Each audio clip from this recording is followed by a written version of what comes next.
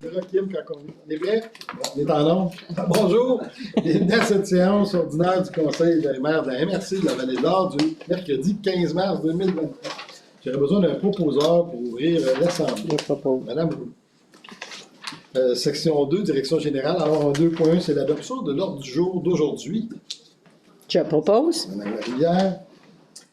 En 2.2, c'est l'adoption du procès verbal de la séance ordinaire du 15 février 2023.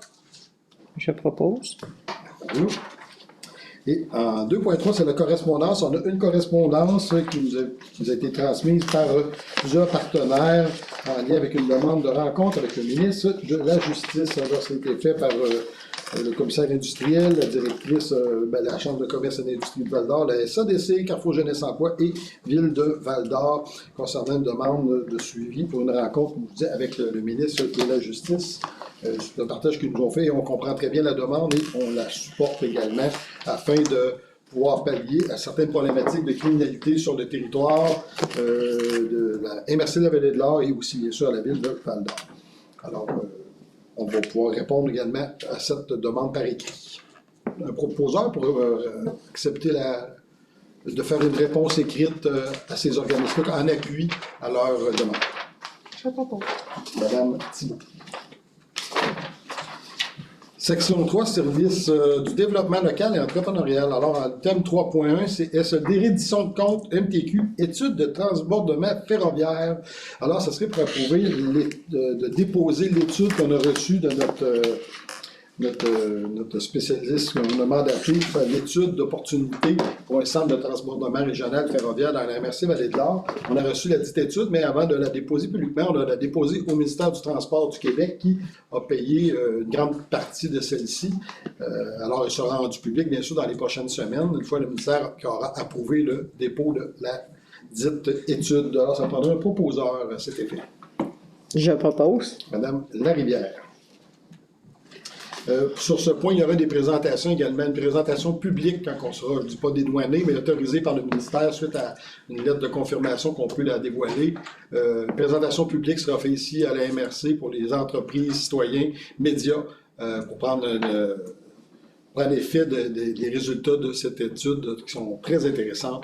Je vais vous mettre l'eau à la bouche de par son contenu. À l'item 3.2, FRR volet 3, alors c'est dans le cadre de gestion, c'est pour approbation pour le projet volet signature innovation volet 3.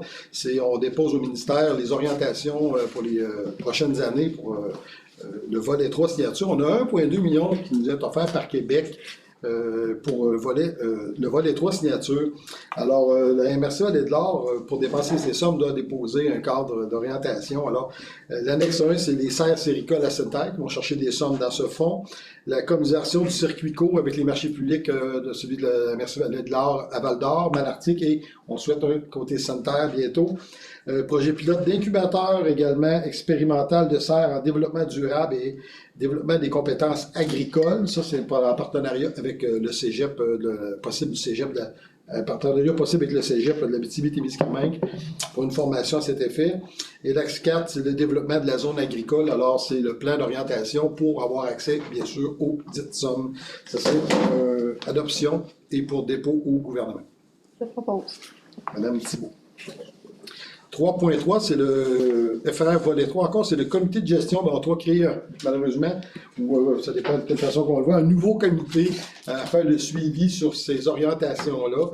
Alors, qui sera constitué d'un agent de développement du côté center, un agent de développement du côté Malartic, un conseiller aux entreprises de la MRC, un représentant du Conseil des maires, une directrice du SELD, Mme Marie-André Mirand, et un représentant du ministère des Affaires municipales également, qui fera partie de ce comité-là, qui est un comité qui devra faire des recommandations au Conseil des maires pour les projets qui seront déposés dans le cadre de ce projet volet 3.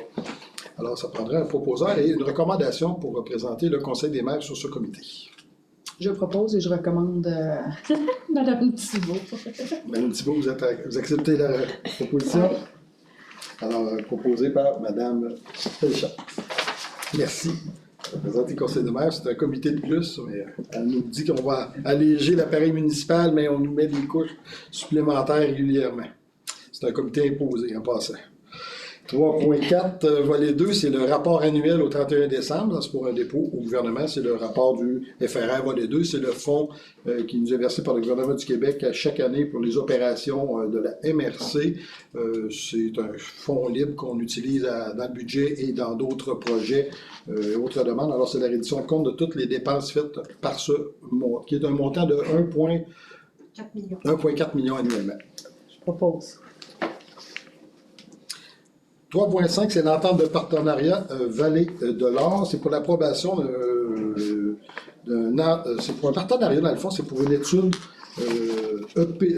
Je vais laisser Mme Marie-André Mirand toute la. À une voix. C'est elle qui a piloté le projet. Quand on rentre dans les petits détails, là.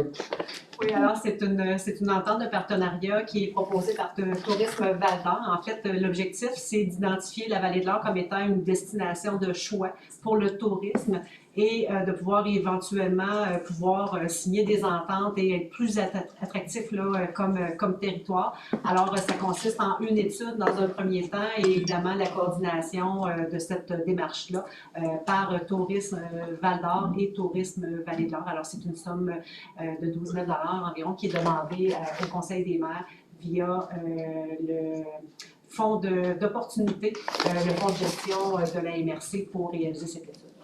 C'est un total de 31 018 qui sont investis pour cette étude-là. Il y a d'autres partenaires dans la MRC qui se joindront à nous pour cette étude importante pour le développement futur du tourisme dans la Vallée de l'Or.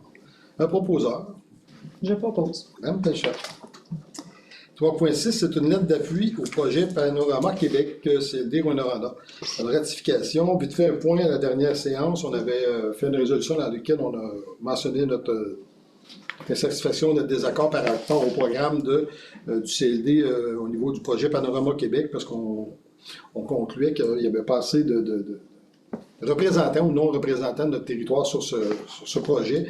Alors, j'ai eu un téléphone avec la direction et la mairesse de Rouyn-Noranda du CLD, le directeur du CLD, M. Marc Thibault. On a eu des rencontres. J'ai mis mon veto sur la résolution pour permettre des négociations et des discussions. Pour finalité, avoir un comité de travail qui représentera la MRC Vallée de l'Or et toutes les autres MRC sur ce beau projet qui est Panorama Québec. On n'était pas contre le projet, au contraire, on voulait en faire partie de façon participative et intégrante. Alors, c'est ce qu'on nous a accordé. On est bien content. On remercie de l'ouverture du CLD et la Ville de Rouyn-Noranda d'avoir accepté nos demandes. Dans cet effet, nous allons appuyer par une lettre le projet Panorama Québec avec les conditions négociées ou entendues entre les parties. J'en ferai la proposition. Merci. Madame Brédamo. Alors, c'est du positif. 3.7, le FRR volet 2, c'est une entente Tourisme Vallée de l'Or. C'est pour le renouvellement de l'entente financière pour l'opérationnel de l'OBNL, l'organisme qui est Tourisme Vallée de l'Or, qui fait la représentation pour vendre notre territoire un peu partout. Alors, c'est un montant de 45 000 qui est demandé. Je propose. Madame Thibault. C'est une somme annuelle récurrente pour notre participation à leur activité. En 4.1, c'est d'entériner les mouvements de main-d'œuvre, de départ et d'arrivée.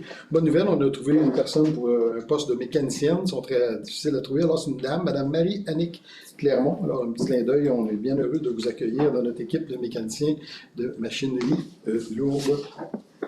Le proposeur pour entériner les arrivées et départs. Je propose. Mme Rouleau. Section 5, services administratifs et projets spéciaux. Alors, le 5.1, c'est le dépôt des chèques émis par le greffier trésorier pour le février 2023, c'est un dépôt. En 5.2, résolution de concordance à courte échéance relativement à un emprunt d'obligation de 3 485 000 qui sera réalisé le 24 mars. C'est dans nos obligations. On devra créer 5 nouvelles cellules d'enfouissement. Les autres sont rendues à fin de vie utile. Alors, c'est un montant de 3 485 000. On a reçu on a reçu des propositions. Ouais, c'est Desjardins. Valeur mobilière Desjardins qui était le plus bas fonctionnaire pour une moyenne de 4 437, 0,6 sur les 5 prochaines années en moyenne. Alors 4,7 la première année, 4,45 la deuxième, 4,1 la troisième et 4 les 2 dernières années. Alors, cependant, le proposeur. Je propose. C'est la même chose, 5.3, c'était le dépôt Adjudication de l'obligation, alors ça prendra un proposeur pour adopter Desjardins. Je propose. Valeur mobilière, exactement. En 5.4, c'est l'avis de motion de dépôt de projet de règlement modifiant le règlement 341-10-20 sur la gestion contractuelle. Maître Marie-Hélène Bastien. Certainement. En fait, le but du projet de loi et de projet de règlement, excusez-moi, est de changer le plafond auquel les contrats sont accordés de gré à gré pour se coller sur le plafond qui est prévu par décret du gouvernement du Québec, donc tout simplement. Alors, qui augmente à chaque année avec le coût de la vie. À peu près aux 2 ans, effectivement, mais avec le coût de la vie, effectivement. Alors, ça prendra un proposeur pour adopter cet avis de motion. Je propose. Madame Pelchat. En 5.5, c'est le contrat concernant l'installation de clôtures, pour refaire des clôtures dans l'écocentre de sanitaire. En 5.6 également, c'est la même chose, il faudra refaire des clôtures à l'écocentre de Malartic. Alors, les deux ont été remportés par une entreprise nommée Interclôture Habitem, pour du côté de sanitaire à 63 105 et 24, et du côté de Malartic à 55 932 et 59 avant taxe, les deux. Proposeur pour adopter les deux points en 5.5 Je et propose. 5.6. Madame Labbé, merci. À la section 6, maintenant, service de l'aménagement. Alors, en 6.1, c'est le schéma de couverture de risque. C'est le rapport annuel du service. Alors, on doit faire ce rapport et le déposer au niveau du gouvernement du Québec. Alors, ça nous prendra un proposeur pour adopter le schéma de couverture de risque de la MRC de Vallée-de-l'Or. Je propose. Rapport annuel. Et le rapport annuel, bien sûr. Je propose. Madame Thibault. Demande de commandite ou d'aide financière de l'OBVJ. Alors, l'OBVJ qui œuvre, c'est le bassin de l'eau, l'organisme de bassin versant Abitibi-Gemazie qui font de la vérification au niveau de la qualité de l'eau dans le territoire de la MRC Vallée-de-l'Or. Alors, ils demandent un support financier pour pouvoir réaliser leurs activités, leurs actions annuelles. Alors, une demande de 2 500 $ faite à cet effet. Je propose. Alors, Mme Larivière propose 2 500 $ qui viendra du Fonds de gestion du territoire. En 6.3, c'est l'adoption du règlement 359-02-23 portant sur la démolition d'immeubles dans les TNO. Alors, la MRC Vallée-de-l'Or sert de hôtel de ville pour le TNO, territoire non organisé, qui est situé dans la MRC Vallée-de-l'Or, plus précisément dans la réserve phonique de la Vérandrie. Alors, on doit, à cet effet, prendre un règlement pour la gestion, si vous permettez, des immeubles, de la démolition des immeubles. C'est une obligation demandée par Québec aux différentes municipalités et à la MRC qui gèrent les TNO. Alors, ça va prendre un proposeur à cet effet. J'aimerais souligner, M. le Préfet, que le règlement qui est adopté aujourd'hui diffère du projet de règlement déposé le mois dernier, en ce sens que les pouvoirs du comité qui est supposé analyser les demandes de démolition ont été transférés au Conseil des maires, tel que prévoit l'article 148.03, alinéa 3 de la loi sur l'aménagement et l'urbanisme. Donc, c'est le seul changement. On le fait parce que ça nous permet de ne pas créer encore un nouveau comité. Alors, il n'y a pas beaucoup d'immeubles à caractère patrimonial dans la réserve phonique de la Vérandrie. Il y en a un de répertorié, mais qui n'est pas encore classifié nécessairement. C'est quand même un monument important. C'est l'église qui est située sur le site historique de Kitsakik, au lac Victoria, au Grand Lac Victoria. Alors, on va également travailler à le faire reconnaître. Un immeuble fin des années 1800. Alors, un caractère patrimonial très important. Alors, on doit quand même avoir ce règlement à cet effet. Je propose. 6.4, c'est certificat de conformité pour la municipalité de Santerre. Je vais y aller en bloc. 6.4, 6.5, 6.6, 6.7 et 6.8. Alors, le premier, comme je disais, c'est le règlement numéro 299-2023 de la municipalité de Santerre-Paroisse. 6.5, conformité, un avis de conformité de la MRC pour du côté de la ville de Santerre, le 223-271. En 6.6, certificat de conformité, encore cette fois du côté de la ville de Santerre, le 2023-722. 6.7, conformité, certificat de conformité de la MRC du côté de la ville de Santerre, encore une fois, pour le règlement 223-274. Et du côté de Santerre-Paroisse, le 6.8, encore un certificat de conformité pour les modifications de réglementation au niveau du schéma d'aménagement, le règlement 296-2023. Alors, on a un proposeur pour adopter en bloc tous ces demandes de certification. Je propose. Madame Thibault. 6.9, c'est l'adoption du règlement 356-08-22 modifiant le schéma d'aménagement et de développement dans la MRC Vallée de l'Or. C'est un point quand même très important. Je vais laisser M. Mario Sylvain vous expliquer tous les détails importants de cette modification au schéma d'aménagement. Oui, bien dans le fond, quand on veut modifier le schéma d'aménagement, le document qui encadre la réglementation municipale après dans les municipalités, on est régi par la loi sur l'aménagement urbaniste, donc il y a toute une procédure à suivre. Donc les démarches ont été entamées l'année passée, en août et en septembre. On a eu des avis, on avait adopté un projet en septembre, on a eu des avis du ministère des Affaires municipales comme de quoi il fallait faire des correctifs. Donc aujourd'hui, on adopte le règlement modificateur dans sa version pratiquement finale, selon, parce qu'il va encore avoir besoin d'être approuvé par le ministère. Mais on a fait quelques changements là, au projet, dans le fond. Déposé à la base. Le projet déposé à la base, suite aux commentaires du ministère des Affaires municipales, on l'a modifié. Effectivement, les modifications qui sont proposées là, dans le règlement aujourd'hui sont l'ajout de l'interdiction des usages résidentiels dans l'affectation rurale de Malartic, de retirer l'interdiction de parcs à résidus miniers à l'intérieur de l'affectation résiduelle, la réduction de la superficie de la nouvelle affectation rurale industrielle dans la municipalité de Rivière-Éva, la réduction de la superficie de l'agrandissement de l'affectation industrielle à l'entrée est de la ville de Val-d'Or et de retirer la demande d'agrandissement de l'affectation rurale multifonctionnelle dans la municipalité de Sainte-Paroisse. Alors, ces modifications qui nous ont été demandées par le ministère de réduire certaines zones, de comprimer d'autres ou d'autoriser certaines demandes qu'on a. Alors, on a répondu aux demandes du ministère et il semble que tout soit conforme à leurs demandes. Alors, on peut adopter le projet de règlement à cet effet. Je fais la proposition. C'est un règlement, c'est plus un projet.